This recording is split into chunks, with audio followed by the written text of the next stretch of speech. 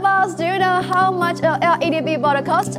Okay, Judy will show you how to buy outdoor LED screen. When installing LED billboard, the first thing to consider is the location. Choose a place with a large flow of people can ensure more people can see advertisements. After location and size are determined, you can contact the suppliers for the quote. It's best to choose a supplier from Shenzhen because our LED display screen are cost-effective. The price is calculated by square meters, and the larger the size and the pixel pitch, the higher the price. Don't forget the freight, which does usually include the supplier's quotation. There are two ways of transportation. Air transportation is fast but expensive.